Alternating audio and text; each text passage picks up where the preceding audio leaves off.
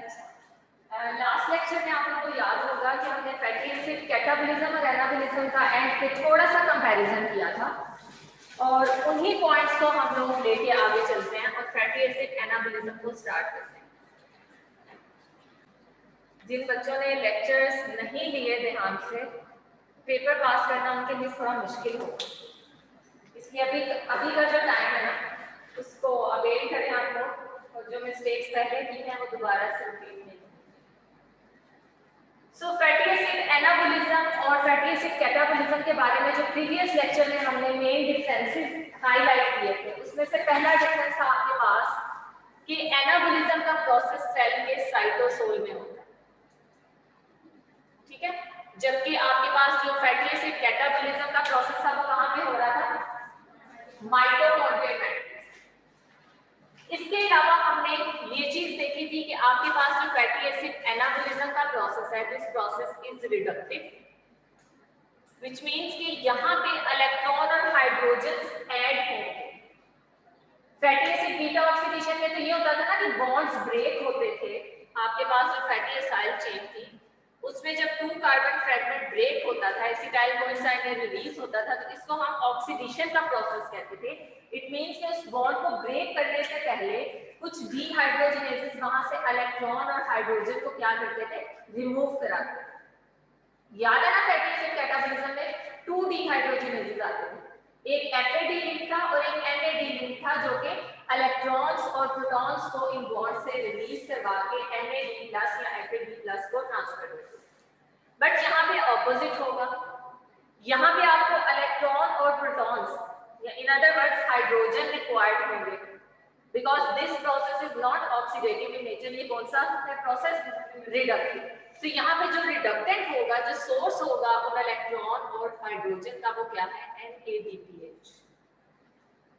यानी वही रिडक्टेंट जो कैटाबोलिज्म में यूज होते थे वो यहाँ पे यूज नहीं होंगे।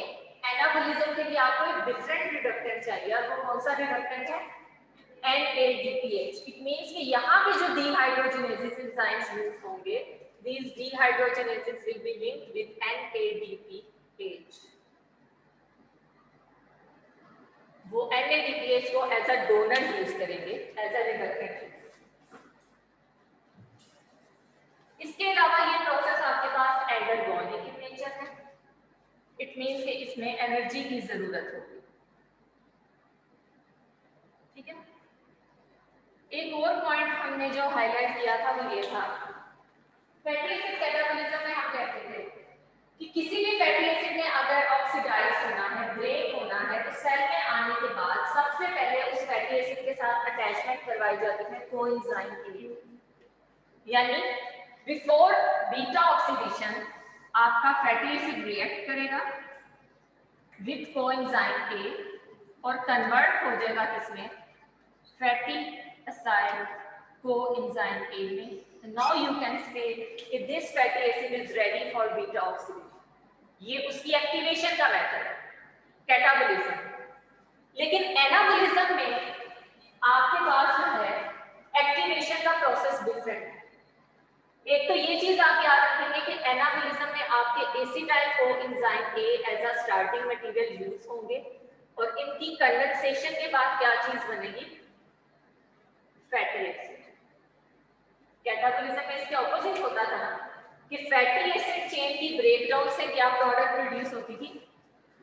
Acetyl coenzyme. लेकिन यहाँ पे रिएक्शन आपका क्या है? रिवर्स है। एसिटाइल कोएंजाइम की कंडेंसेशन से क्या चीज बनेगी? Fatty acid. लेकिन एसिटाइल कोएंजाइम को कंडेंसेशन के लिए एक्टिव भी करना जरूरी है, एक्टिवेट करना जरूरी है, बिल्कुल उसी तरह जैसे फैटी एसिड को डिग्रेडेशन के लिए या ऑक्सीडेशन के लिए हमने एक्टिवेट किया। बात समझ में आ रही है कि जैसे बीटा ऑक्सीडेशन के लिए हमने फैटी एसिड चेन को एक्टिवेट किया था, उसे फैटी एसाइल कोएंजाइम में कन्वर्ट करके, इसी तरह हमें एसिटाइल कोएंजाइम ए को भी एक्टिवेट करना है ताकि वो कन्वर्ट हो सके इसमें फैटी एसिड चेन में।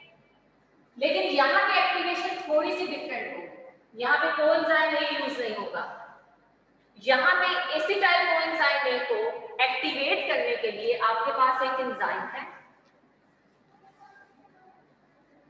Fatty acid synthase.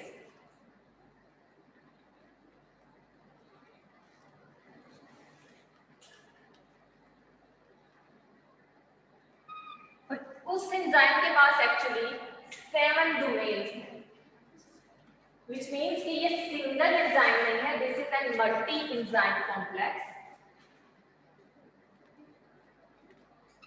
Multi enzyme complex जिसमें 7 डोमेन्स या 7 कैटालिटिक एक्टिविटीज प्रेजेंट है। और इस मल्टी एंजाइम कॉम्प्लेक्स का नेम क्या है? Fatty acid synthase complex. इस फैटी एसिड सिंथेज कॉम्प्लेक्स के ऊपर 2 डोमेन्स ऐसी होती हैं जिनके पास थायरोइड ग्रुप होता है, ठीक है। इसमें से एक डोमेन है आपके पास KS डोमेन, ये अभी आप लोगों को पता चलता है अगर हम रिएक्शन देखेंगे कि KS इसे क्यों कहते हैं। First domain is KS domain and second domain is ACP domain. इसी टाइप कोएंजाइम ए का इन थायोल ग्रुप्स के साथ अटैच होना उन्हें एक्टिवेट करते हैं, यानी यहाँ पे एक्टिवेशन के लिए आपको उनके साथ जो है वो अलग से कोई ग्रुप अटैच नहीं करवाना, बल्कि आपकी जो एसिटाइल कोएंजाइम ए है इनमें से एसिटाइल ग्रुप अटैच हो जाएगा with thiol group of this enzyme and this attachment will activate them for the process of fatty acid synthesis. यानी सिर्फ आपके एसिटाइल ग्रुप का एसिटाइल कोएंजाइम ए से फैटी एसिड सिंथेज के ऊपर अटैच होना ही उनको कंडेंसेशन के लिए क्या कर देगा? एक्टिवेट कर देगा। तो यहाँ पे एक्टिवेशन के लिए आपको कोएंजाइम लेनी चाहिए, आपको एक्टिवेशन के लिए एसिटाइल ग्रुप का इस एंजाइम के थायोल ग्रुप के ऊपर अटैच करवाना जरूरी है। समझ आ गई ये बात? अगर ये पॉइंट सबको क्लियर है तो अब हम फैटी एसिड बायोसिंथेसिस के प्रोसेस को स्टार्ट करें। क्लियर है सबको? ओके।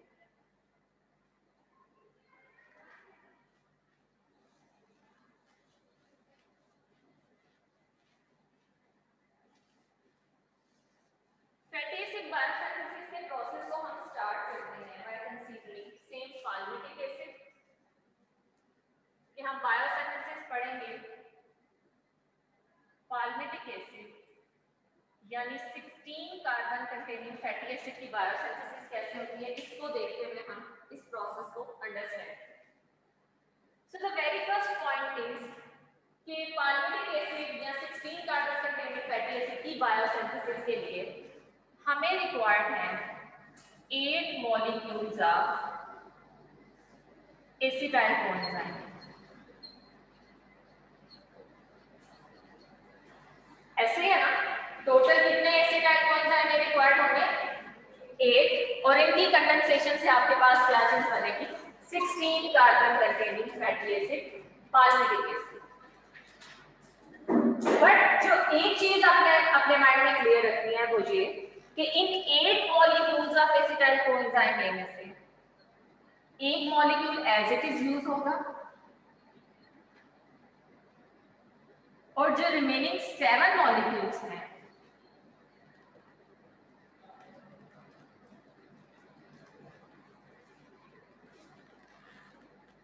ये 7 मॉलिक्यूल डायरेक्टली यूज नहीं होते प्रोसेस में, बल्कि पहले कन्वर्ट होंगे इनटू दी 7 मॉलिक्यूल्स ऑफ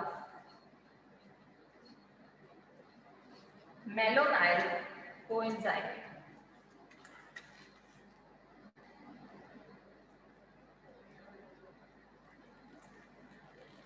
यानी जो total 8 molecules acetyl coenzyme A में हैं उसमें से एक molecule as it is use होगा, लेकिन रिमेनिंग 7 मॉलिक्यूल्स को पहले कन्वर्ट होना पड़ेगा किसमें? मेलोनाइल कोएंजाइम में। सो ऑब्वियसली हमें मेलोनाइल और एसिटाइल कोएंजाइम में डिफरेंस भी पता होना चाहिए ना कि क्या फर्क है इनमें। Acetyl coenzyme A is a 2 carbon fragment. इसका स्ट्रक्चर अगर मैं यहां पे ड्रॉ कर देती हूं ताकि आप कंपेयर कर सको। This is acetyl group and it is attached with the sulfur of coenzyme A. So this is acetyl coenzyme A, जिसमें ये वाला ग्रुप जिसको मैं डॉटेड लाइन से रिप्रेजेंट कर रही हूँ, दिस इज एसिटाइल ग्रुप। ठीक है, पूरा स्ट्रक्चर एसिटाइल कोएंजाइम ए है, ये पार्ट कोएंजाइम ए से बिलोंग करता है और ये वाला ग्रुप कौन सा है? एसिटाइल। इसी तरह अगर आप स्ट्रक्चर देखें मेलोनाइल कोएंजाइम ए का, तो मेलोनाइल कोएंजाइम ए में क्या होता है? This is a 3 carbon compound, ठीक है, जिसमें आपके पास ये जो मिथाइल कार्बन है, एसिटाइल ग्रुप की मिथाइल कार्बन है, इसके साथ अटैचमेंट होती है किसकी?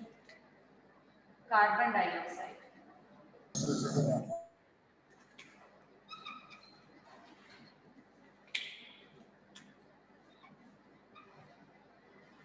This is malonyl coenzyme A, यानी इसमें आपके पास 2 कार्बन फ्रेगमेंट है और इसी के अगर मिथाइल कार्बन के ऊपर कार्बन डाइऑक्साइड अटैच हो जाए तो एसिटाइल कोएंजाइम ए किसमें कन्वर्ट हो जाता है?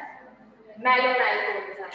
सो इट मींस कि आपके ये जो 7 मॉलिक्यूल्स एसिटाइल कोएंजाइम ए के 7 molecules of malonyl coenzyme A में कन्वर्ट होंगे, they need 7 molecules of carbon dioxide. Carboxylation के बाद आपके पास ये प्रोसेस होगा, कार्बन डाइऑक्साइड की अटैचमेंट के बाद एसिटाइल कोएंजाइम में किसमें कन्वर्ट होंगे? मेलोनाइल कोएंजाइम। सो एक एसिटाइल कोएंजाइम ए को मेलोनाइल कोएंजाइम में कन्वर्ट करने के लिए एक कार्बन डाइऑक्साइड रिक्वायर्ड है, but in this case required 7 carbon dioxide molecules for the conversion. So ये जो 7 मेलोनाइल कोएंजाइम है आपके पास बनने हैं, हमें ये पता चल गया कि कार्बन डाइऑक्साइड की अटैचमेंट के बाद या कार्बन डाइऑक्साइड की इस स्ट्रक्चर के अंदर इनकार्पोरेशन के बाद आपके पास एसिटाइल कोएंजाइम में किसमें कन्वर्ट हो जाएंगे? मेलोनाइल कोएंजाइम। एक और चीज आपने इससे पहले ग्लूकोनियोजेनेसिस में भी कार्बोक्सिलेशन पढ़ी थी, पायरुवेट कार्बोक्सिलेज का रिएक्शन, और वहां पे आपने पढ़ा था कि जितने भी जो यहाँ पे जो एंजाइम है, actually this enzyme is acetyl coenzyme carboxylase, जो कि एसिटाइल कोएंजाइम में क्या चीज ऐड करवाएगा? Carbon dioxide. कौन सा एंजाइम है जिसने एसिटाइल कोएंजाइम को मेलोनाइल कोएंजाइम में कन्वर्ट करना है? Acetyl coenzyme carboxylase enzyme. और ये चीज याद रखिएगा, आप मेटाबॉलिज्म में जहां पे भी किसी कार्बोक्सिलेज एंजाइम को पढ़ेंगे, इन एंजाइम्स को अपना रिएक्शन परफॉर्म करने के लिए एक खास किस्म के कोफैक्टर की जरूरत होती है, and this cofactor is biotin, ठीक है।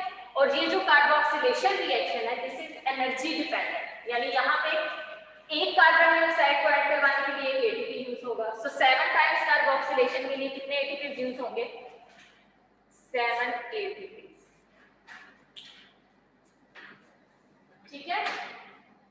जस्ट लाइक पायरुवेट कार्बोक्सिलेज, अगर आप उसका रिएक्शन देखो तो एसिटाइल कोएंजाइम में कार्बोक्सिलेज भी बिल्कुल उसी मैकेनिज्म के थ्रू कार्बन डाइऑक्साइड की अटैचमेंट करा रहा है और उसमें एटीपी को भी यूज कर रहा है और बायोटिन को एज अ कोफैक्टर यूज कर रहा है। क्लियर हो गया? अब इस एंजाइम को थोड़ा सा मैं आप लोगों के सामने एक्सप्लेन करना चाह रही हूं, एसिटाइल कोएंजाइम कार्बोक्सिलेज, कि ये किस तरह से ये कार्बोक्सिलेशन रिएक्शन कैटालाइज करवाता है।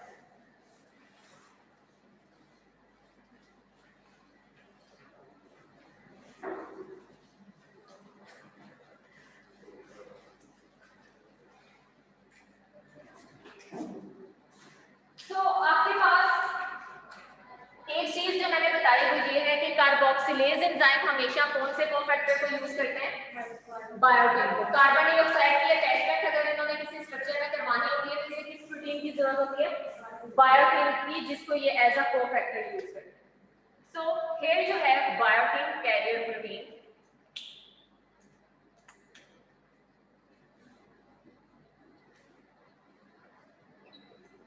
carrier protein, and because this is a protein, amino acid से मिलकर बनी है। इसमें आपके पास एक अमाइनो एसिड है लाइसिन, जिसमें ब्यूटाइल अमोनियम साइड चेन होती है, ठीक है। तो ये मैंने साइड चेन ड्रॉ की इसकी लाइसिन।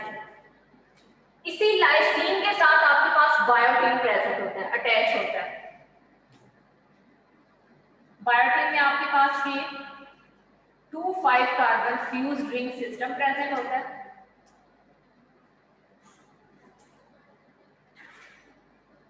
ठीक है, जिसमें आपके पास एंड पे जो कार्बोक्सिलिक एसिड ग्रुप है This can make an amide bond with lysine amino acid of biotin carrier. ठीक है, तो ये जो ब्लू कलर में मैंने स्ट्रक्चर ड्रॉ किया है, ये आपके पास क्या है, बायोटिन, और ये अटैच है किसके साथ, lysine amino acid residue of biotin carrier protein. ये कोफैक्टर है, और यहां पे आपके पास है enzyme.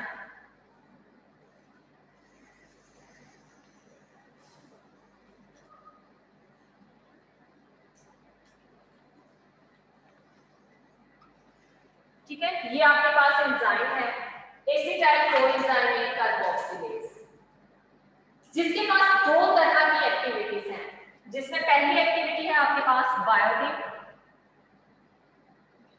Carboxylase activity. It means कि सबसे पहले कार्बन डाइऑक्साइड किसके ऊपर अटैच करवाई जाएगी, बायोटिन के ऊपर, because of it's biotin carboxylase activity. ये हमेशा कार्बन डाइऑक्साइड को एक्सेप्ट करके उसे किसके ऊपर अटैच करवाता है, बायोटिन के ऊपर। सो यहाँ पे आप देख सकते हैं कि ये वो पोजीशन है जहाँ पे आपकी बायोटिन कैरियर प्रोटीन अटैच होगी। ठीक है, उसी तरह से अगर आप उसका स्ट्रक्चर देखें तो ये अमाइनो एसिड लाइसीन है, और इस अमाइनो एसिड लाइसीन के साथ अमाइड बॉन्ड के थ्रू आपका बायोटिन कैरियर प्रेजेंट।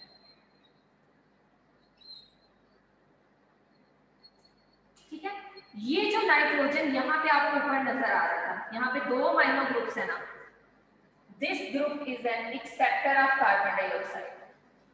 यानी आप यहाँ पे देख रहे हो कि जब ये बायोटिन इस एसिटाइल कोएंजाइम कार्बोक्सिलेज एंजाइम के साथ अटैच हुआ, इसका मैं नेम नीचे लिख रही हूँ, एसिटाइल कोएंजाइम कार्बोक्सिलेज। जब ये इसके साथ अटैच हुआ बायोटिन कोफैक्टर, तो सबसे पहले इसने अपनी बायोटिन कार्बोक्सिलेज एक्टिविटी शो की, और मीडियम में से कार्बन डाइऑक्साइड को पिक करके अटैच करवा दिया with the amino group of biotin.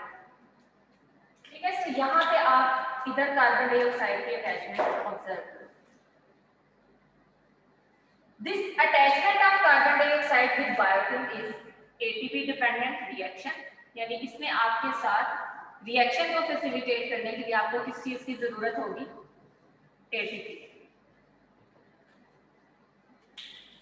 अब नेक्स्ट स्टेप में आपके पास क्या होगा कि जैसे बायोटिन की कार्बोक्सिलेशन हो चुकी है, पहली एक्टिविटी ये परफॉर्म कर चुका है, इन द सेकंड स्टेप आपका ये बायोटिन कैरियर इस कार्बन डाइऑक्साइड को लेके एसिटाइल कोएंजाइम में जो कि यहाँ पे अटैच होता है उसको ट्रांसफर कर देगा, because of its second activity which is trans carboxylase activity, which means कि ये ट्रांसफर करेगा किसको, कार्बन डाइऑक्साइड को, जो कार्बन डाइऑक्साइड बायोटिन ने पहले एक्सेप्ट की थी, अब ये उस कार्बन डाइऑक्साइड को एसिटाइल कोएंजाइम में जो कि यहाँ पे अटैच होता है उसे क्या कर देगा, ट्रांसफर कर देगा। सो आप यहाँ पे ऑब्जर्व कर सकते हो सेकंड एक्टिविटी।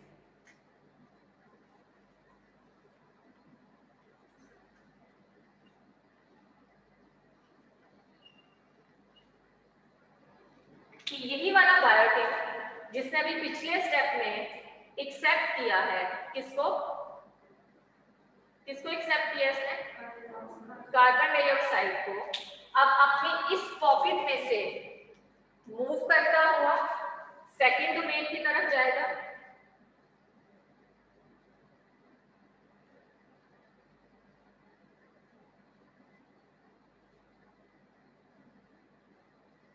और यहाँ पे आने के बाद because here we have a binding site for acetyl coenzyme, ये कंप्लीट आपका बायोटिन का स्ट्रक्चर है। ठीक है, तो अब acetyl coenzyme A which is present over here, ठीक है, उसमें ये कार्बन डाइऑक्साइड क्या कर देगा, ऐड कर देगा। तो अब आपके पास ये जो स्ट्रक्चर है एसिटाइल कोएंजाइम में, इसकी क्या हो जाएगी, कार्बोक्सिलेशन, और यहाँ से कार्बन डाइऑक्साइड क्या हो जाएगा, रिमूव हो जाएगा। ठीक है, सो फाइनल स्ट्रक्चर में आप ऑब्जर्व कर रहे हो कि ये जो आपके पास एसिटाइल कोएंजाइम है, एसिटाइल कोएंजाइम के मिथाइल कार्बन के साथ किसकी अटैचमेंट हो चुकी है, carbon dioxide. So this is now malonyl coenzyme A, a 3 carbon thread।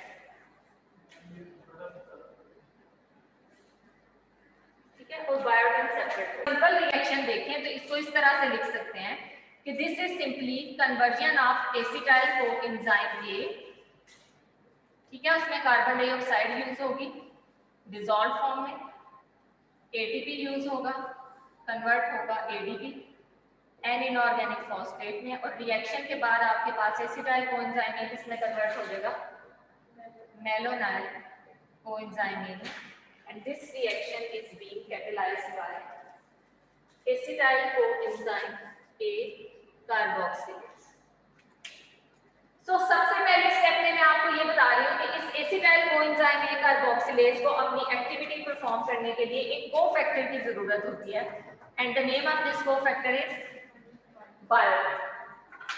Biotin का स्ट्रक्चर आप लोगों के सामने है, and we have a biotin carrier protein जो कि इस एसिटाइल कोएंजाइम ए कार्बोक्सिलेज की एक डोमेन एक पॉकेट के साथ बाइंड कर सकती है, और यहां से मीडियम से कार्बन डाइऑक्साइड को क्या कर सकती है, एक्सेप्ट कर सकती है in the first step. Carbon dioxide की कार्बोनेशन के लिए आपको एटीपी भी चाहिए, ठीक है, सो इट मींस कि एक कार्बन डाइऑक्साइड को मीडियम से एक्सेप्ट करने के लिए कितने एटीपीज रिक्वायर्ड होंगे, 1। Now carbon dioxide is bound with biotin because of the biotin carboxylase activity of this enzyme. इसकी पहली एक्टिविटी कौन सी है, biotin carboxylase, which means कि ये कार्बन डाइऑक्साइड को अटैच करवाएगा किसके साथ, बायोटिन के साथ। इन द सेकंड स्टेप ये बायोटिन जिसने कार्बन डाइऑक्साइड को एक्सेप्ट किया है, इस कार्बन डाइऑक्साइड को ट्रांसफर करेगी, किसको ट्रांसफर करेगी, एसिटाइल कोएंजाइम, और इसकी इस सेकंड एक्टिविटी को कहा जाता है ट्रांस कार्बोक्सिलेज एक्टिविटी।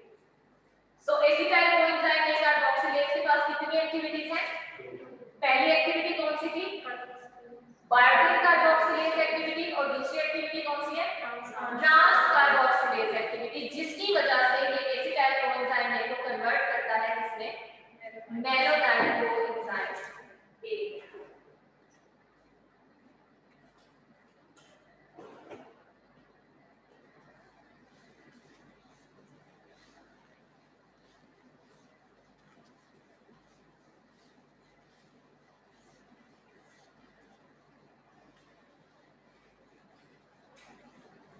अब हम इस स्टेज पे पहुंच चुके हैं कि आपके पास पाल्मिटिक एसिड की बायोसिंथेसिस के लिए साइटोसोल में इस time for the synthesis of palmitic acid, 16 carbon containing fatty acid, cytosol में इस टाइम पे we have 8 molecules of acetyl coenzyme ए,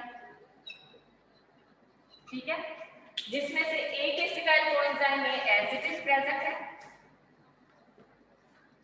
लेकिन जो 7 एसिटाइल कोएंजाइम ए है, ये 7 एसिटाइल कोएंजाइम में अपनी फॉर्म चेंज कर चुके हैं, यानी साइटोसोल में आपके पास एक एंजाइम है एसिटाइल कोएंजाइम ए कार्बोक्सिलेज,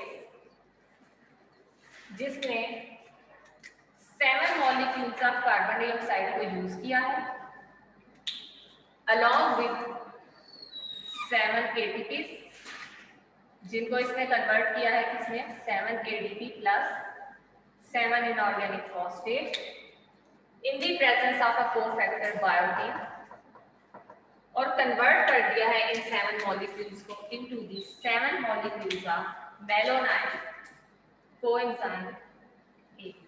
ये चीजें हमारे पास अभी साइटोसोल में अवेलेबल है, 7 molecules of malonyl coenzyme A and 1 molecule of acetyl coenzyme. अब हम देखने जा रहे हैं कि फैटी एसिड बायोसिंथेसिस कैसे होगी इन 7 मेलोनाइल कोएंजाइम ए और एक एसिटाइल कोएंजाइम ए से फैटी एसिड सिंथेज कॉम्प्लेक्स किस तरह पाल्मिटिक एसिड को बनाए, ठीक है, यहां तक मुझे क्लियर नहीं है, ओके। अब हम देखते हैं उस मल्टी एंजाइम कॉम्प्लेक्स को जिसने फैटी एसिड्स की बायोसिंथेसिस करवाई है, और उस कॉम्प्लेक्स का नेम क्या है, फैटी एसिड सिंथेज कॉम्प्लेक्स।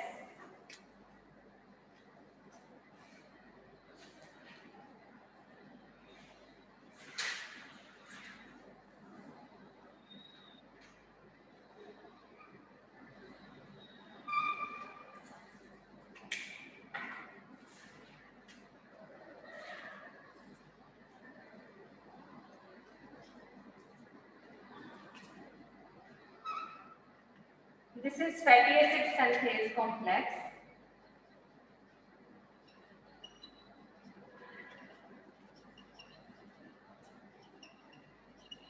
इस कॉम्प्लेक्स एंजाइम के पास वो सारी कैटालिटिक डोमेन्स प्रेजेंट है, वो सारी एक्टिव साइट प्रेजेंट है जो कि एक एसिटाइल कोएंजाइम है और 7 मैनोनाइल कोएंजाइम है को यूज करके पालमिटिक एसिड बना सकते हैं। यानी फैटी एसिड सिंथेसिस के लिए जितनी एक्टिव साइट्स आपको चाहिए वो किस कॉम्प्लेक्स के पास प्रेजेंट है, फैटी एसिड सिंथेस कॉम्प्लेक्स। इसमें से सबसे पहले मैं आपको 3 एक्टिव साइट्स या 3 डोमेन्स इंट्रोड्यूस कराऊंगी और उनका फंक्शन बताऊंगी, जिसमें से एक डोमेन है आपके पास केएस डोमेन, जिसके पास एक थायोल ग्रुप है, KS domain. Second domain is ACP domain, इसमें भी थायोल ग्रुप प्रेजेंट है बट वो थायोल ग्रुप एक हाइड्रोकार्बन चेन के साथ अटैच है इस तरह से। और तीसरी डोमेन आपके पास है मैट डोमेन। इनके नेम्स और एक्टिवेशंस मैं अभी बताती हूँ, मैं बताती हूँ। अब यहाँ में होता क्या है, फैटी एसिड बायोसिंथेसिस के प्रोसेस को स्टार्ट करने से पहले आपका ये जो फैटी एसिड सिंथेस कॉम्प्लेक्स है ये मीडियम में से एसिटाइल ग्रुप और मैलोनाइल ग्रुप को क्या करेगा, एक्सेप्ट करेगा, ताकि वो फैटी एसिड सिंथेस के साथ आके अटैच हो और प्रोसेस क्या हो सके, स्टार्ट हो सके, उनमें कंडेंसेशन हो सके।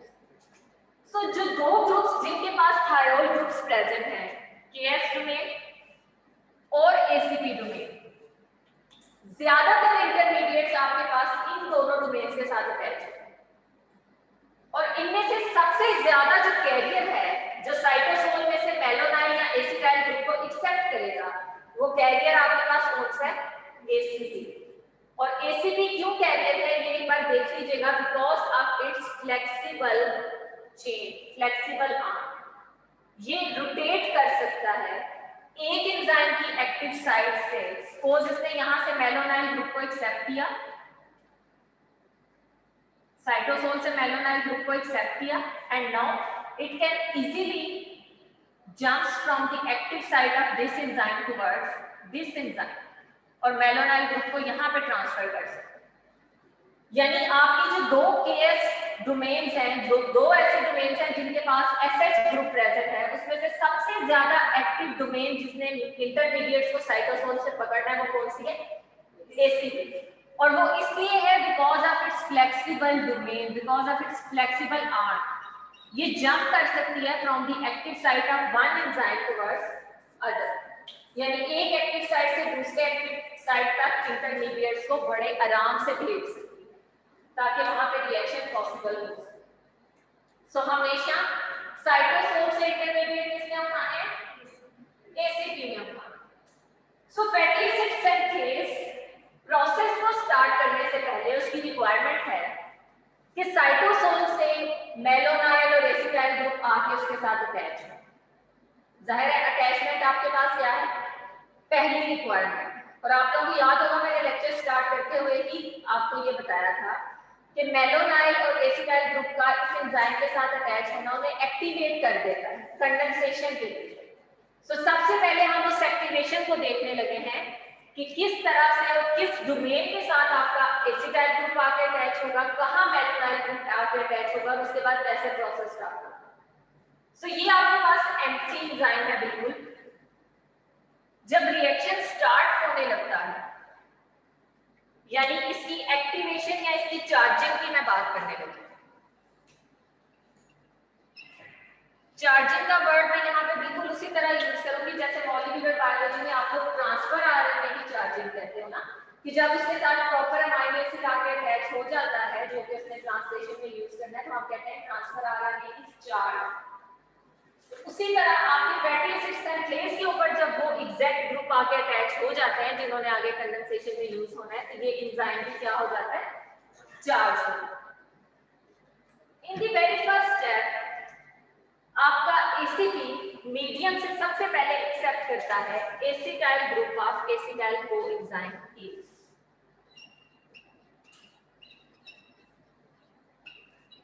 यानी पहला इंटरमीडिएट जो इसने साइटोसोल से उठाना है वो कौन सा है?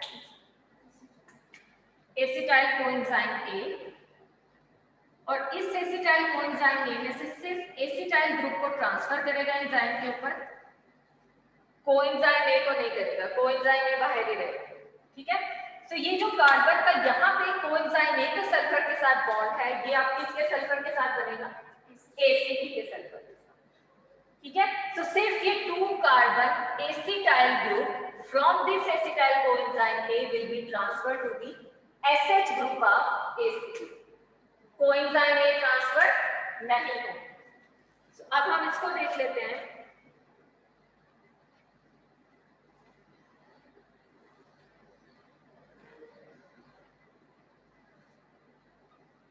मैं इसको इस तरह से लीनियर फॉर्म में भी ड्रॉ करती हूँ।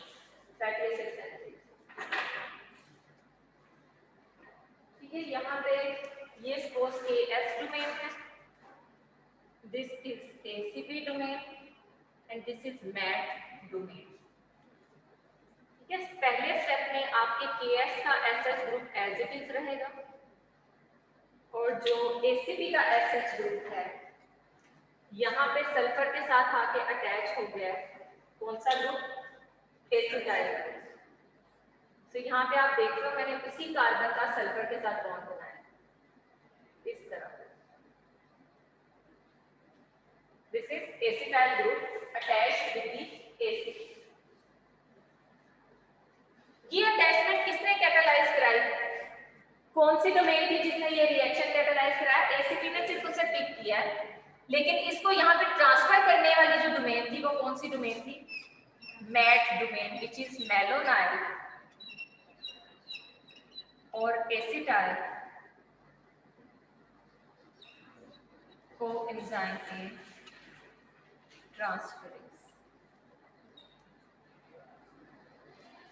मेलोनाइल और एसिटाइल ट्रांसफरेंस एंजाइम जो कि सिंपली क्या करता है?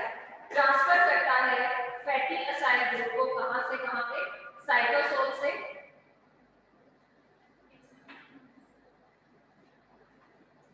एसीपी के ऊपर।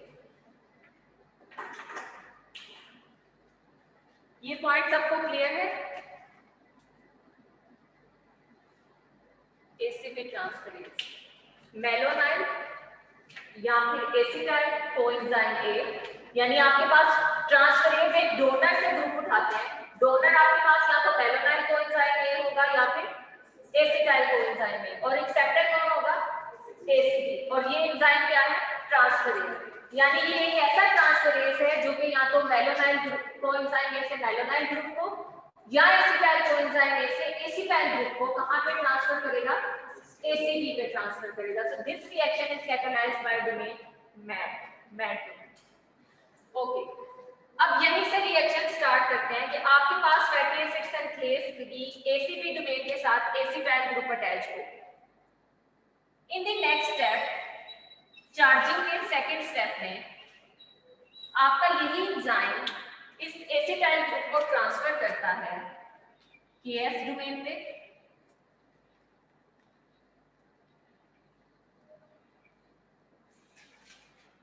ठीक है, यहाँ पे जो आपके पास एसिटाइल ग्रुप अटैच है, इन the second step this acetyl group from ACP transfer हो जाएगा केएस डोमेन। यानी अभी एसीपी पे अटैच है और अब कहाँ पे ट्रांसफर होगा? केएस पे ट्रांसफर होगा। और केएस पे ट्रांसफर होने की रीजन क्या है? जब यहाँ पे ट्रांसफर होगा ये वाला ग्रुप, दिस वन, इसको यहाँ पे लिखूंगी, सल्फर के साथ इसका बॉन्ड बनाऊंगी एसिटाइल ग्रुप, और यहाँ से इसको रिमूव करने के बाद एसएच ग्रुप यहाँ पे क्या हो जाएगा? रीस्टोर। यानी सेकंड स्टेप में क्या हुआ कि एसीपी ने जो एसिटाइल ग्रुप उठाया था पहले स्टेप में, उसने वो एसिटाइल ग्रुप किसको ट्रांसफर कर दिया? केएस डोमेन को ट्रांसफर कर दिया। और केएस डोमेन को ट्रांसफर करने का फायदा क्या था? ताकि आपके पास एसीपी दोबारा से फ्री हो जाए और मीडियम से किसको पिक कर सके? मेलोनाइल कोएंजाइम ए को। एसिटाइल कोएंजाइम ए अब मीडियम में आपके पास 7 मेलोनाइल कोएंजाइम पड़े। याद है ना मैंने स्टार्टिंग में कहा था कि एक एसिटाइल कोएंजाइम में एज इट इज रहेगा और बाकी जो 7 एसिटाइल कोएंजाइम है वो किसमें कन्वर्ट होंगे, मेलोनाइल कोएंजाइम, ताकि ये मीडियम में से मेलोनाइल कोएंजाइम एलोकेट कर सके। ठीक है, this reaction is catalysed by, this second reaction is catalysed by KS domain, beta keto acyl ACP synthase. ठीक है, यानी ये KS डोमेन इससे एसिटाइल ग्रुप को क्या कर लेगी, एक्सेप्ट कर लेगी। अब नेक्स्ट स्टेप में क्या होगा, थर्ड स्टेप में, कि आपका ये जो ACP इसका SH ग्रुप 3 है, बट KS का SH ग्रुप इस टाइम इसमें कौन सा ग्रुप अटैच है, एसिटाइल ग्रुप अटैच है। So in the second step, sorry third step, इसी को आगे लेके चलते हैं।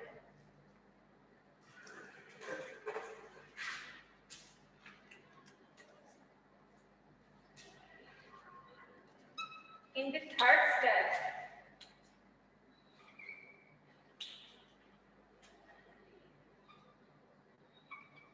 अगेन ACP के ऊपर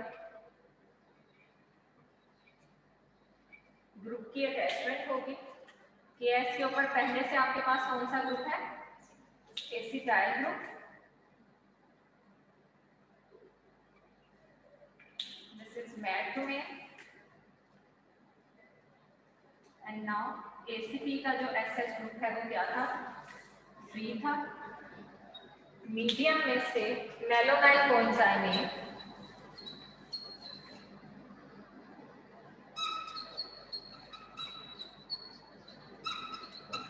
यूज होगा। मेलोनाइल कोएंजाइम में से ये 3 carbon fragment which is malonyl group ACP के SH ग्रुप पे ट्रांसफर होगा।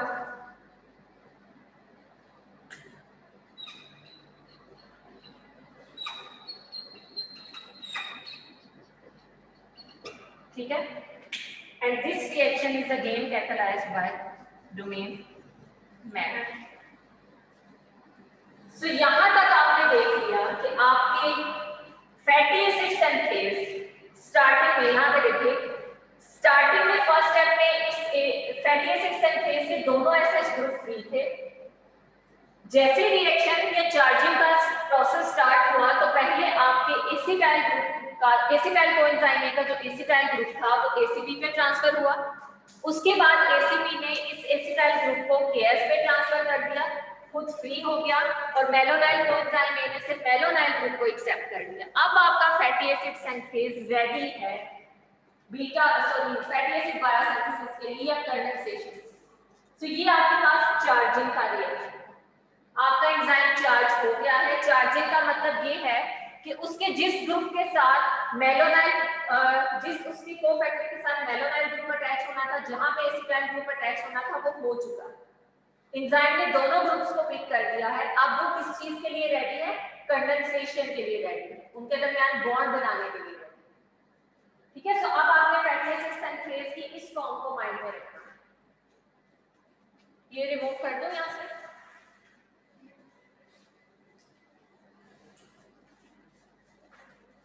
अब हम फैटी एसिड बायोसिंथेसिस के प्रोसेस को प्रॉपर्ली स्टार्ट करने जा रहे हैं। हमने चार्जिंग भी देख ली है, इंटरमीडिएट कौन कौन से हैं वो भी देख लिए, और हमने ये देख लिया कि फैटी एसिड सिंथेज कॉम्प्लेक्स अब रेडी है इसके लिए कंडेंसेशन। फैटी एसिड बायोसिंथेसिस में जस्ट लाइक बीटा ऑक्सीडेशन 4 तरह की एंजाइमेटिक एक्टिविटी या 4 प्रोसेसेस रेपिटेटिवली होते हैं। उसमें से पहला प्रोसेस है आपके पास कंडेंसेशन, यानी जब आपके फैटी एसिड सिंथेज कॉम्प्लेक्स के ऊपर राइट पोजीशन पे acetyl group and malonyl group attach हो जाएंगे तो उसके बाद जो पहला इवेंट ये कैटालाइज करेगा वो कौन सा इवेंट होगा, कंडेंसेशन।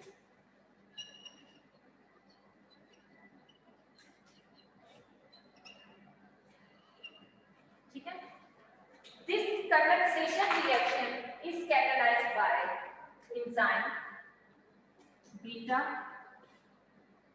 कीटोअसाइल एसीटी सिंथेज या फिर केएस डोमेन। यानी फैटी एसिड बायोसिंथेसिस में जो पहला रिएक्शन है, जो पहला स्टेप है कंडेंसेशन, उसे कौन सी डोमेन कैटेगराइज करा रही है? KS domain.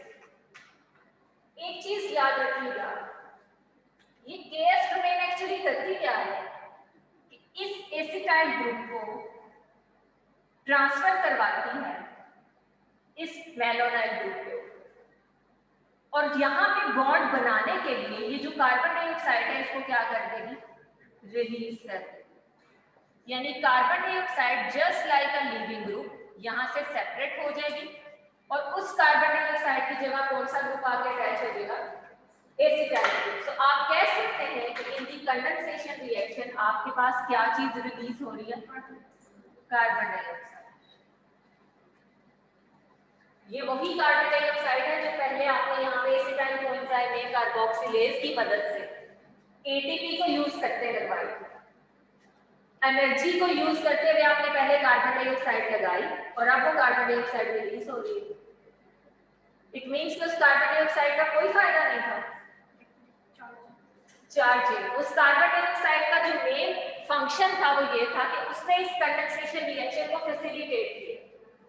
कार्बन डाइऑक्साइड फिजूल में अटैच नहीं हुई थी, बल्कि यहाँ पे उसकी अटैचमेंट की वजह से ये जो केएस डोमेन का रिएक्शन है ये पॉसिबल हुआ और कार्बन डाइऑक्साइड ने एज अ लिविंग ग्रुप यहाँ से क्या किया?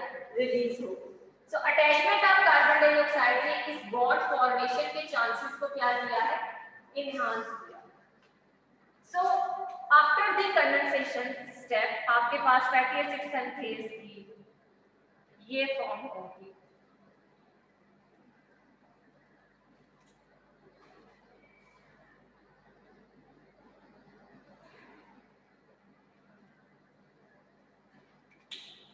इसमें उन्हीं तीन डोमेन्स को मैं अभी हाईलाइट कर रही हूँ, KS, MAT and ACP. Now KS domain is free. KS का जो एसएच ग्रुप था वो क्या हो गया? फ्री हो गया, बिकॉज उसने अपना एसिटाइल ग्रुप कहाँ पे ट्रांसफर कर दिया? एसीपी के साथ जो मैलोनाइल था उसको ट्रांसफर कर दिया। ठीक है, सो अब यहाँ पे जो आपका एसीपी का थायोन ग्रुप है उसके साथ पहले मैलोनाइल ग्रुप अटैच था। अब उस मैलोनाइल ग्रुप में से पहले कार्बन डाइऑक्साइड रिलीज होगी और कार्बन डाइऑक्साइड के पीछे यहाँ पे देखिएगा, यहाँ से ये बॉन्ड ब्रेक हो रहा है, यहाँ से ये बॉन्ड ब्रेक हो रहा है। So this carbon will make bond with this one और आपके पास इस तरह से ये जो स्ट्रक्चर बना है this is beta carbon number 1, carbon number 2 alpha carbon and this is beta carbon. और बीटा कार्बन पे कौन सा ग्रुप प्रेजेंट है इस time? Keto. So this is beta keto. इस फैटी एसिड चेन में टोटल कितने कार्बन एटम्स हैं? 4।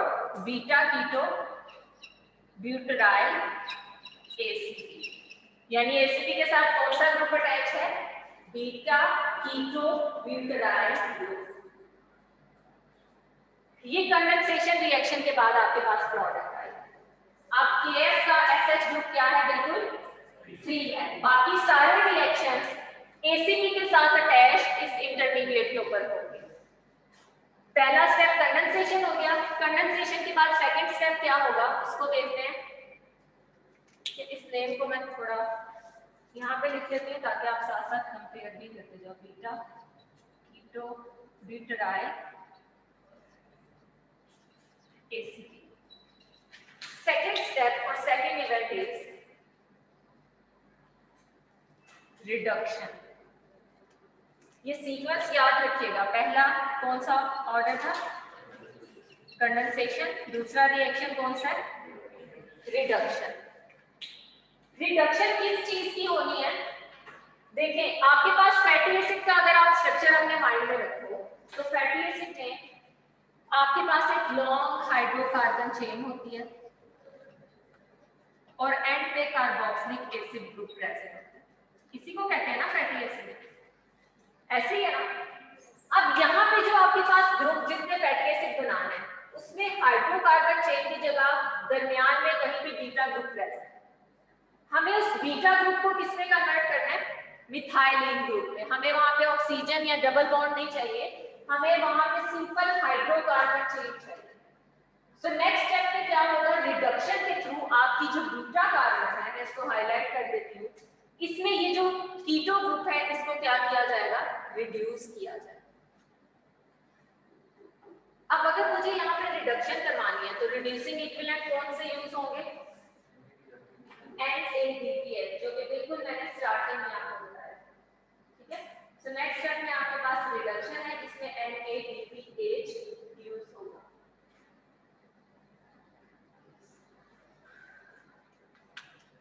रिडक्शन में you will need NaDPH as a source of hydrogen, molecular hydrogen, और ये ऑक्सीडाइज हो जाएगा किसमें, NaDP प्लस। और कौन सा एंजाइम है जो कि यहाँ पे इसको as a reducing equivalent use करेगा, this is beta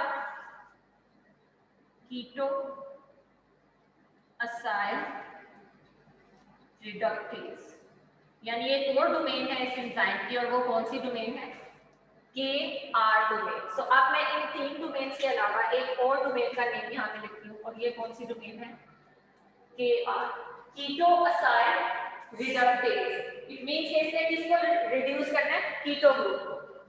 this is beta keto acyl reductase, जो कि रिड्यूस किसको करेगी, कीटो ग्रुप। सो अब कीटो ग्रुप में जब ये कंप्लीट मॉलिक्यूलर हाइड्रोजन ऐड करेगी तो आपके पास मॉलिक्यूलर हाइड्रोजन में से एक हाइड्रोजन यहाँ पे ऐड होगा, डबल बॉन्ड ब्रेक होगा, और दूसरा हाइड्रोजन कार्बन के साथ। स्ट्रक्चर में ड्रॉ करती हूँ ताकि आप लोग इसे कंपेयर कर सको।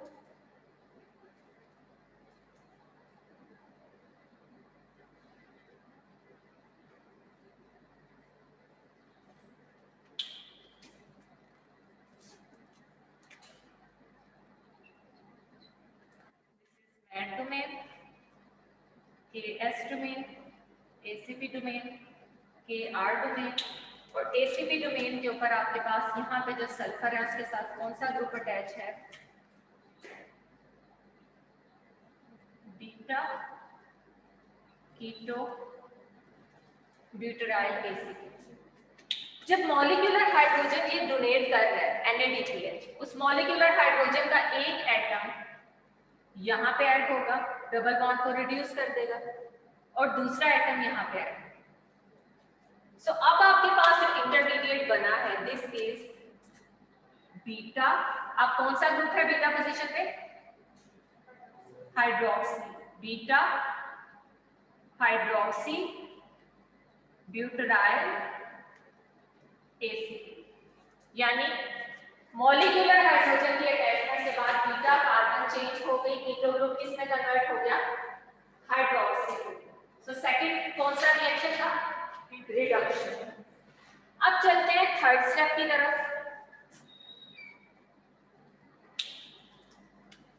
थर्ड स्टेप में आपके पास होगी डिहाइड्रेशन।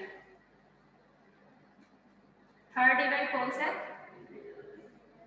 डिहाइड्रेशन। इट मींस कि यहां से एक वाटर मॉलिक्यूल क्या होगा, रिलीज होगा, and this reaction is catalysed bye enzyme beta hydroxy acyl dehydratase, which is an other domain, DH domain, dehydratase। लेकिन ये dehydratase ने कहां से निकालना है water molecule, beta hydroxy intermediate से। इट मींस कि जब तक हाइड्रोक्सी इंटरमीडिएट नहीं बनेगा ये डोमेन एक्टिव नहीं। So now after the action of this enzyme आपके पास जो प्रोडक्ट आएगी,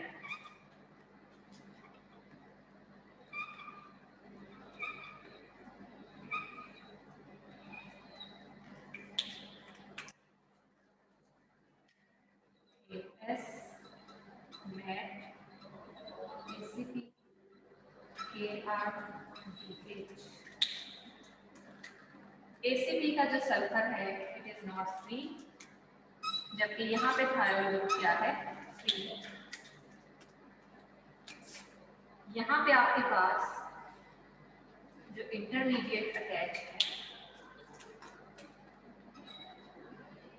इस फॉर्म में है, ठीक है। अब जब मॉलिक्यूलर हाइड्रोजन रिलीज होनी है, मॉलिक्यूलर हाइड्रोजन में जो वाटर ने, सॉरी मॉलिक्यूलर हाइड्रोजन ही कंप्लीट वाटर मॉलिक्यूल यहाँ से रिलीज होगा, और इस वाटर मॉलिक्यूल के जो दो ग्रुप्स हैं प्रोटॉन एंड OH, उसमें से OH group beta carbon release करेगी और हाइड्रोजन किसने रिलीज करना है, अल्फा कार्बन। यानी इस स्ट्रक्चर में से हाइड्रोजन यहां से रिलीज होगी अल्फा कार्बन से, और बीटा कार्बन ने क्या रिलीज करना है, OH ग्रुप। तो आपके पास यहां से OH रिलीज हो जाएगा, यहां से एक हाइड्रोजन रिलीज हो जाएगी, और एंड पे कार्बन कार्बन डबल बॉन्ड की फॉर्मेशन होगी, and this double bond will be in trans configuration. Beta oxidation जैसा स्ट्रक्चर आ गया ना, this is trans, because double bond की कॉन्फ़िगरेशन क्या है, ट्रांस। डेल्टा डबल बॉन्ड किस कार्बन एटम पे है, first and second, delta 2, and this is butenoyl ACP, which means कि यहाँ पे जो 4 कार्बन कंटेनिंग हाइड्रोकार्बन चेन है उसमें एक डबल बॉन्ड भी है और कार्बन आयन ग्रुप भी है, दैट्स व्हाई आप इसको क्या कहोगे, ब्यूटेनॉल।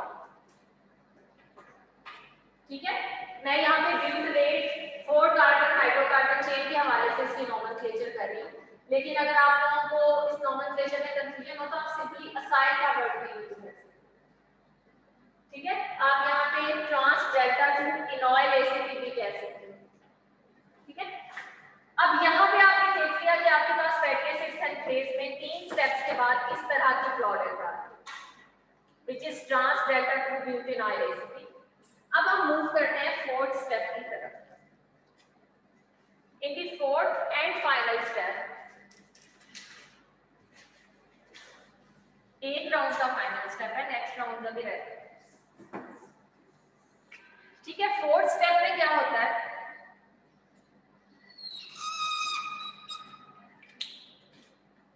फोर्थ स्टेप में अगेन रिडक्शन होती है।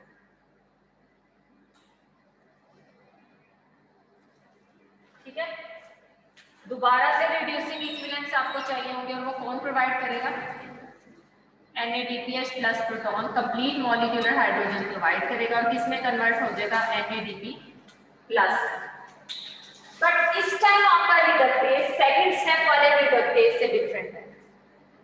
पहले वाला रिडक्टेज रिडक्शन करवाता था बीटा ग्रुप की, बीटा कार्बन के अराउंड या कीटो ग्रुप के अराउंड, सॉरी बीटा कार्बन पे जो कीटो ग्रुप है उसकी रिडक्शन करवाता था, इसलिए हम इसे कहते थे कीटो असाइल रिडक्टेज। लेकिन अब जो रिडक्शन होनी है वो डबल बॉन्ड की रिडक्शन होनी है। सो अब जो आपके पास रिडक्टेज यूज होगा, it is enoyl coenzyme, sorry enoyl ACP reductase, यानी इनॉयल को ऐसा सबस्ट्रेट यूज करेगा और डबल बॉन्ड के अक्रॉस क्या चीज ऐड करवा देगा, मॉलिक्यूलर हाइड्रोजन। सो आपके पास अब जो प्रोडक्ट आएगी,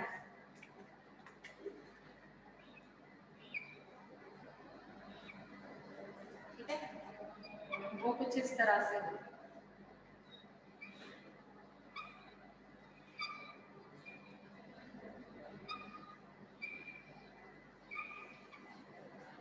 इसमें ACP का अगर आप स्ट्रक्चर देखें, इसके सल्फर के साथ डबल बॉन्ड, यहाँ पे एक हाइड्रोजन ऐड हो जाएगी, ठीक है, एक हाइड्रोजन यहाँ पे,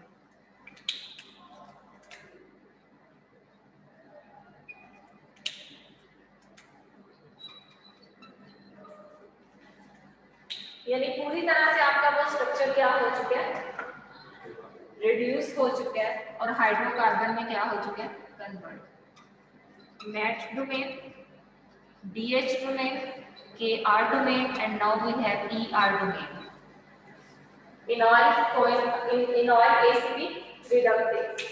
और ये जो आपके पास इंटरमीडिएट आया है, दिस इज ब्यूटाराइल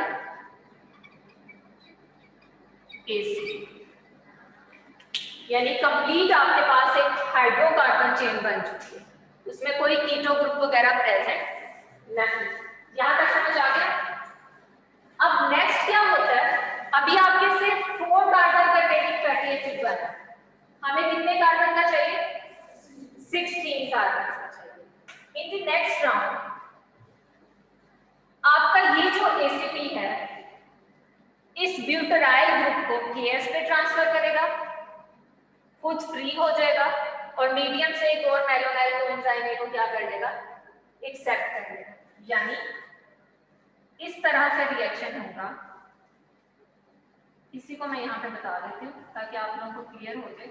बाकी स्टेप्स हम लोग इन डिटेल नहीं करेंगे, लेकिन सिर्फ आपको पता होना चाहिए कि कितने राउंड्स में ये आपके पास कंप्लीट होगा। अब क्या होगा कि आपके केएस डोमेन के ऊपर this butyryl group will be transferred,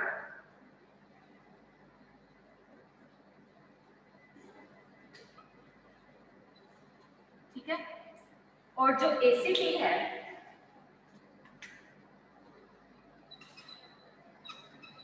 ACP का जो थायरोन ग्रुप है ये एक्सेप्ट करेगा किसको? मेलोनाइल कोएंजाइम ए। दोबारा से चार्जिंग हो गई, बट दिस टाइम केएस के ऊपर एसिडाइल ग्रुप नहीं है। कौन सा ग्रुप है? ब्यूटाराइल ग्रुप। दोबारा कंडेंसेशन होगी। कंडेंसेशन के स्टेप में क्या होगा? कार्बन डाइऑक्साइड यहां से रिलीज होगी एज अ लीविंग ग्रुप, और ये 4 कार्बन फ्रेगमेंट केएस से उनके कहां पे अटैच हो जाएगा? एसीपी के साथ। यानी अब आपका ये जो एसीपी है इसके साथ कौन सा ग्रुप अटैच होगा? This 4 carbon fragment. ये पहले से इसके साथ अटैच था, और जो 4 कार्बन फ्रेगमेंट यहां से आना है इसको मैं ब्लू कलर से ड्रॉ कर।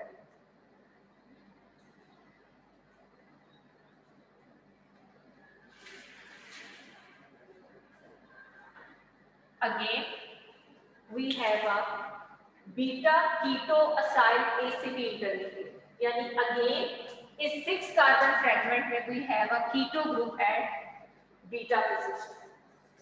ठीक है, तो अब आपका इस बीटा कीटो असाइल एसीपी के सेकेंड स्टेप में रिडक्टेज आएगा, दोबारा से बीटा कार्बन को रिड्यूस करेगा। रिएक्शन बीटा कार्बन पे ही होगी, बाकी आपकी चेन से इलोंगेटेड यहाँ पे प्रेजेंट रहेगी, जस्ट लाइक दिस, ठीक है। हाइड्रोक्सी असाइल एसीपी बनेगा, उस हाइड्रोक्सी असाइल एसीपी से बीटा पोजीशन से क्या चीज रिमूव होगी? वाटर रिमूव होगा, डबल बॉन्ड बनेगा, और दोबारा से उस डबल बॉन्ड के क्रॉस रिडक्शन करवा के एक 6 कार्बन सैचुरेटेड फैटी एसिड आपके पास बनेगा। और इसी तरह आपके पास जो है वो ये प्रोसेस कंटिन्यू रहेगा until and unless 16 carbon containing fatty acid पूरी तरह से नहीं बन जाता। और जब पूरी तरह से 16 कार्बन कंटेनिंग फैटी एसिड की बायोसिंथेसिस हो जाएगी तो इस एसीपी के साथ अटैच 16 कार्बन फैटी एसिड को रिमूव कराने के लिए एंजाइम की 7 डोमेन यूज होगी, and this domain is trans esterase domain, जो कि वाटर को यूज करते हुए यहां से 16 कार्बन फैटी एसिड को क्या कर देगी? रिलीज कर देगी, साइटोसोल में भेज देगी।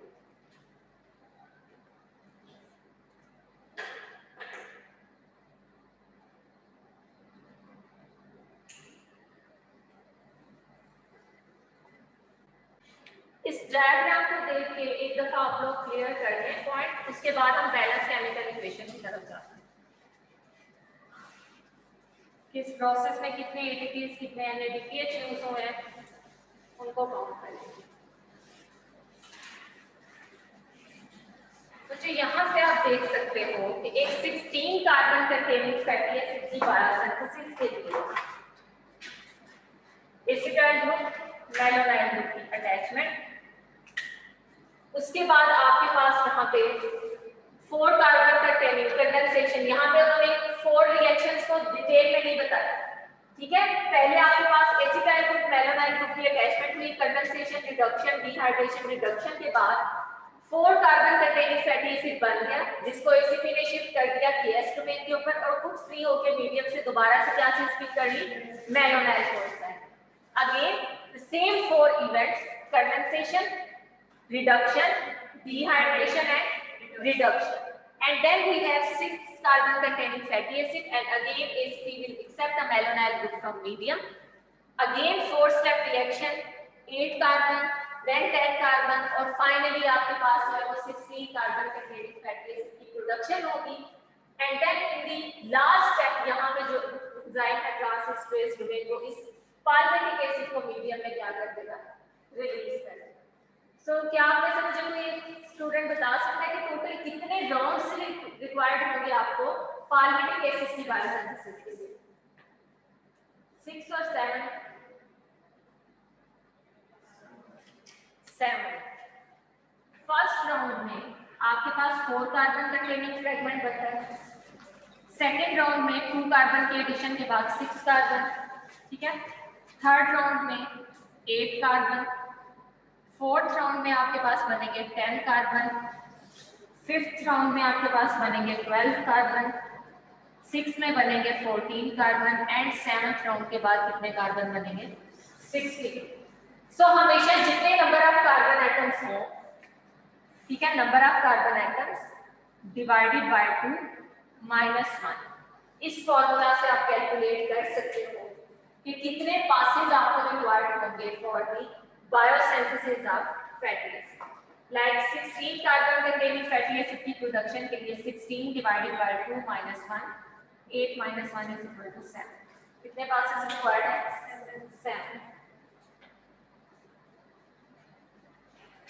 अच्छा, passes तो आपको पता चल गए। पाल्मिटिक एसिड को प्रोड्यूस कराने के लिए फैटी एसिड सिंथेज कॉम्प्लेक्स को 7 टाइम्स इन 4 रिएक्शंस को रिपीट कराना है। बट अब अगर हम बैलेंस केमिकल इक्वेशन की बात करें, इसमें कितने एटीपीज यूज होंगे, कितने एटीपीज यूज होंगे, इसको एक बार कैलकुलेट कर लें। और चूंकि इसमें आप मिस्टेक करते हैं इसलिए मैं खुद से करवाऊंगा, क्योंकि मैंने पूछना तो जरूर है।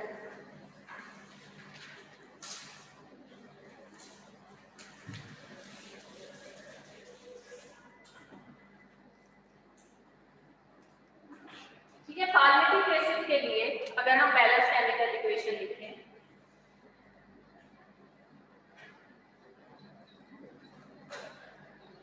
chemical equation for biosynthesis of 16 carbon containing fatty acid palmitic acid.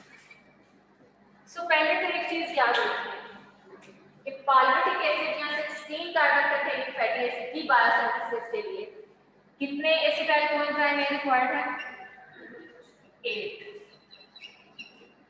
But in 8 acetyl coenzyme A में से 7 एसिटाइल कोएंजाइम ए पहले यूज करते हैं 7 कार्बन डाइऑक्साइड को along with 7 ATPs और कन्वर्ट हो जाते हैं into 7 molecules of malonyl coenzyme A, और इस प्रोसेस में आपके 7 ADP और 7 इनऑर्गेनिक फॉस्फेट रिलीज। ठीक है, ये आपके पास आप इसको कह लें equation number 1। Then fatty acid synthase complex एक एसिटाइल कोएंजाइम ए को यूज करता है एंड स्टेप वाइज इन 7 मैलोनाइल कोएंजाइम ए को यूज करता है। ठीक है, पहले स्टेप में से किसी चीज की जरूरत नहीं होती, कंडेंसेशन में कार्बन डाइऑक्साइड रिलीज होती है। सेकंड स्टेप में वो एक NADPH यूज करता है, थर्ड स्टेप में वाटर रिलीज होता है और फोर्थ स्टेप में एक NADPH यूज होता है। इसका मतलब है कि अगर 7 टाइम्स बीटा ऑक्सीडेशन का process 7 time fatty acid biosynthesis का राउंड चलेगा तो आपके पास 7 साइकिल्स में टोटल कितने NADPH यूज होंगे? 14। एक राउंड में कितने NADPH यूज होते हैं? 2। सो 7 राउंड में कितने NADPH यूज होंगे? 14 NADPH प्लस प्रोटॉन, 14 प्रोटॉन। और अगर प्रोडक्ट्स में देखें, इसके बाद आपके पास बनता है palmitic acid,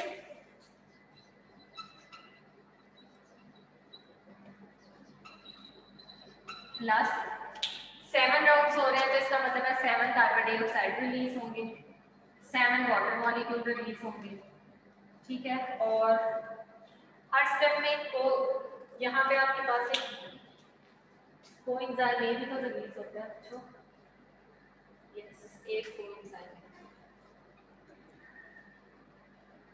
fatty acid synthase जब एक्सेप्ट करता है मेलोनाइल ग्रुप को या एसिटाइल ग्रुप को, तो साथ में कोएंजाइम ए रिलीज करता है ना, सो 8 कोएंजाइम ए क्या होंगे, release. Sorry 14 and ATP plus 8 release हो रहे हैं ना। देखें हमेशा आपके जो एसिटाइल ग्रुप या मेलोनाइल ग्रुप है वो कोएंजाइम ए के साथ बॉन्ड होता है ना, तो यहाँ से जब एसिटाइल ग्रुप ऐड होता है एक कोएंजाइम ए वहां से रिलीज होता है, फिर मेलोनाइल कोएंजाइम ए जब ट्रांसफर करेंगे तो 7 यहाँ से रिलीज। अब फाइनल इक्वेशन में हमने एक वाटर मॉलिक्यूल को यूज भी तो किया था ना पाल्मिटिक एसिड को रिलीज करने के लिए, सो जो 7 वाटर मॉलिक्यूल्स हैं हम उसकी जगह काउंट में लिखेंगे 6 वाटर मॉलिक्यूल प्रोड्यूस, बिकॉज एक वाटर मॉलिक्यूल बॉन्ड को ब्रेक करने के लिए यूज हो जाता है। जो fatty acid palmitic acid fatty acid synthase के साथ अटैच है उसको वहां से निकालने के लिए, सेपरेट करने के लिए एक वाटर मॉलिक्यूल यूज होता है। इसलिए जितने भी आपके water molecules fatty acid biosynthesis से बनेंगे उसमें से एक वाटर मॉलिक्यूल आपने क्या करना है, माइनस करना है। अब अगर हम बैलेंस केमिकल इक्वेशन की तरफ जाएं तो बैलेंस केमिकल इक्वेशन में यही होता है ना कि हम रिएक्टेंट्स और प्रोडक्ट्स को कंपेयर करते हैं और जो चीजें कॉमन होती हैं उन्हें कैंसिल करते हैं। सो यहाँ पे अगर आप देखें तो 7 कार्बन डाइऑक्साइड बेशक ऐड होते हैं बट फाइनल स्टेप में रिलीज भी हो जाते हैं। सेकेंड स्टेप में आप देखते हैं कि 7 मेलोनाइल कोएंजाइम ए यहाँ पे यूज होते हैं, यहाँ पे प्रोड्यूस होते हैं। बाकी चीजें आप ऐसे भी लिख सकते हो और आपके पास जो इक्वेशन बनेगी it will be 7 and 8। Total कितने molecules, 8 acetyl coenzyme A, then plus 7 ATPs, 14 and ATPH. They will be converted into the palmitic acid, 16 carbon containing fatty acid at the expense of 7 ATPs, 14 and ATP plus 8 coenzyme A's will be released and 6 water। ये आपके पास balance chemical equation. लेकिन metabolism में हर जगह एक climax रह ही जाता है। यहाँ पे हम 7 ATPs की बात कर रहे हैं, लेकिन ATPs इससे ज्यादा यूज होते हैं एक्चुअली। क्या मैं चाह रही थी कि आज इसको यही ऐड कर दें, लेकिन अनफॉर्चुनेटली मुझे एक पॉइंट बताना है कि यहाँ पे जो ATPs यूज होते हैं वो एक्चुअली 7 ATPs नहीं होते। अगर कुछ समझ लें तो उसके बाद कोई नई चीज है। 7 से ज्यादा ATPs यूज होते हैं and what is the source of additional ATPs?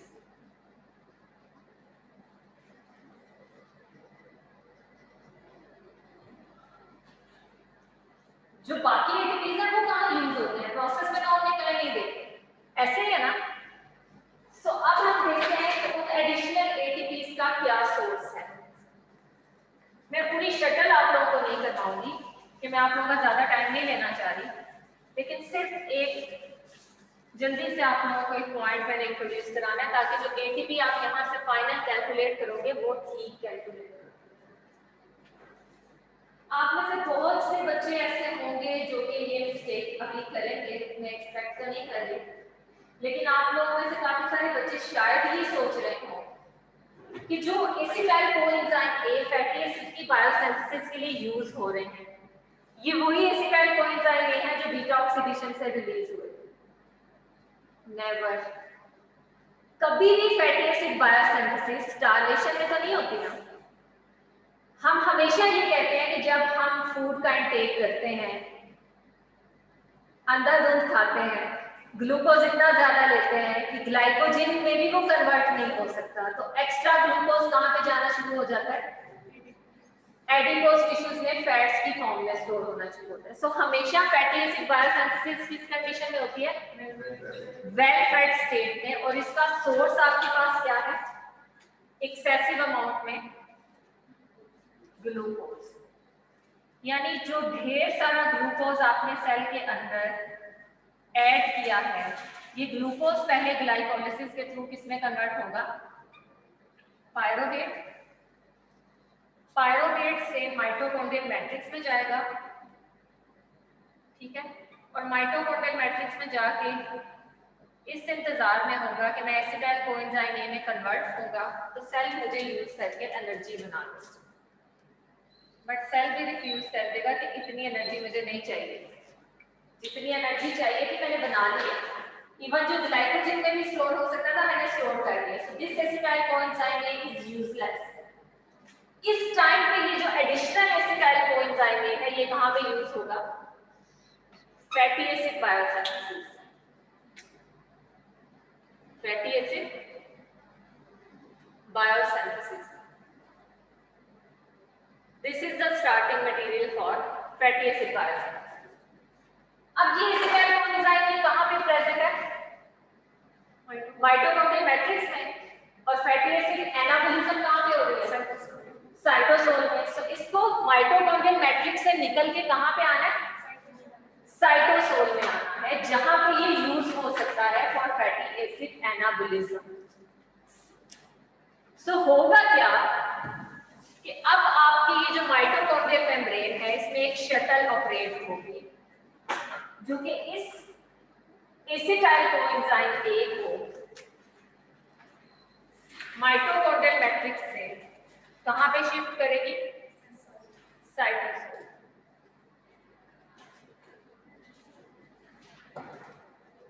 This is matrix and this is cytosol. एक से दो मैं आप लोगों को ट्रांसपोर्टर्स के थ्रू सिर्फ बताना चाहती हूँ कि वो एडिशनल एटीपीज कहाँ पे यूज हो।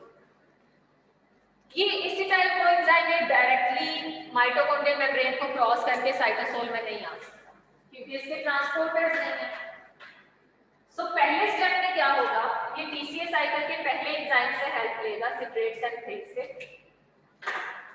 और कन्वर्ट हो जाएगा ऑक्सैलोएसिटेट के साथ रिएक्ट करके कन्वर्ट हो जाएगा किसमें? सिट्रेट। यानी एसिटाइल कोएंजाइम ने ऑक्सैलोएसिटेट के साथ रिएक्ट करेगा इन the presence of N enzyme citrate synthase और कन्वर्ट हो जाएगा किसमें? सिट्रेट। इसका जो पहला इंटरमीडिएट है ऑक्सैलोएसिटेट वो इसे असिस्ट करेगा। समझ आए इस बात की? ये रिएक्शन तो पढ़ा होगा ना पहले। Condensation of oxaloacetate with acetyl coenzyme है उसे किसमें कन्वर्ट कर देगी? सिट्रेट। अब सिट्रेट बजाय पीसीए साइकिल में जाने के बिकॉज सिट्रेट के ट्रांसपोर्टर्स आपकी मेम्ब्रेन में प्रेजेंट है, सो सिट्रेट बजाय पीसीए साइकिल में यूज होने के यहां से साइटोसोल में आते हैं।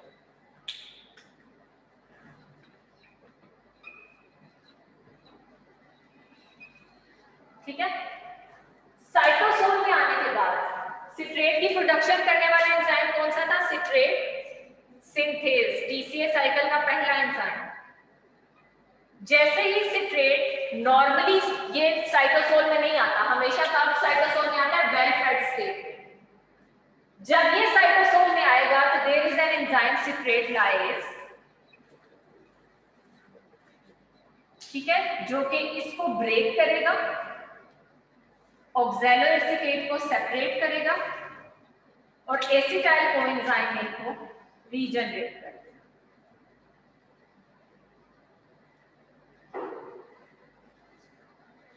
ठीक है, इस एंजाइम में क्या चीज यूज करनी होती है? एटीपी। यानी एक एसिटाइल कोएंजाइम को माइटोकॉन्ड्रियल मैट्रिक्स से साइटोसोल में लाने के लिए एक एटीपी किसने यूज किया? सिट्रेट लाइएज एंजाइम ने। अब अगेन ऑक्सैलोएसिटेट को वापस जाना है, ऑक्सैलोएसिटेट को वापस माइटोकॉन्ड्रियल मैट्रिक्स में जाना है ताकि वहां भी जाके ये यूज हो सके। बट ऑक्सैलोएसीटेट भी डायरेक्टली माइटोकॉन्ड्रियल मैट्रिक्स में नहीं जा सकता, या तो ये मैलेट में कन्वर्ट होगा या फिर ये कन्वर्ट होगा पायरुवेट में। ठीक है, मैलिक एंजाइम के थ्रू। सो अगर तो ये मैलेट के थ्रू पहले मैलेट में कन्वर्ट होता है तो मैलेट इसको लेके चली जाएगी माइटोकॉन्ड्रियल मैट्रिक्स में, जहां पे जाके ये यूज होगा दोबारा। ठीक है, मैलेट वापस किसमें कन्वर्ट हो जाएगा, माइटोकॉन्ड्रियल मैट्रिक्स में जाके ऑक्सैलोएसीटेट, और ऑक्सैलोएसीटेट अपनी ओरिजिनल जो फॉर्म में कन्वर्ट।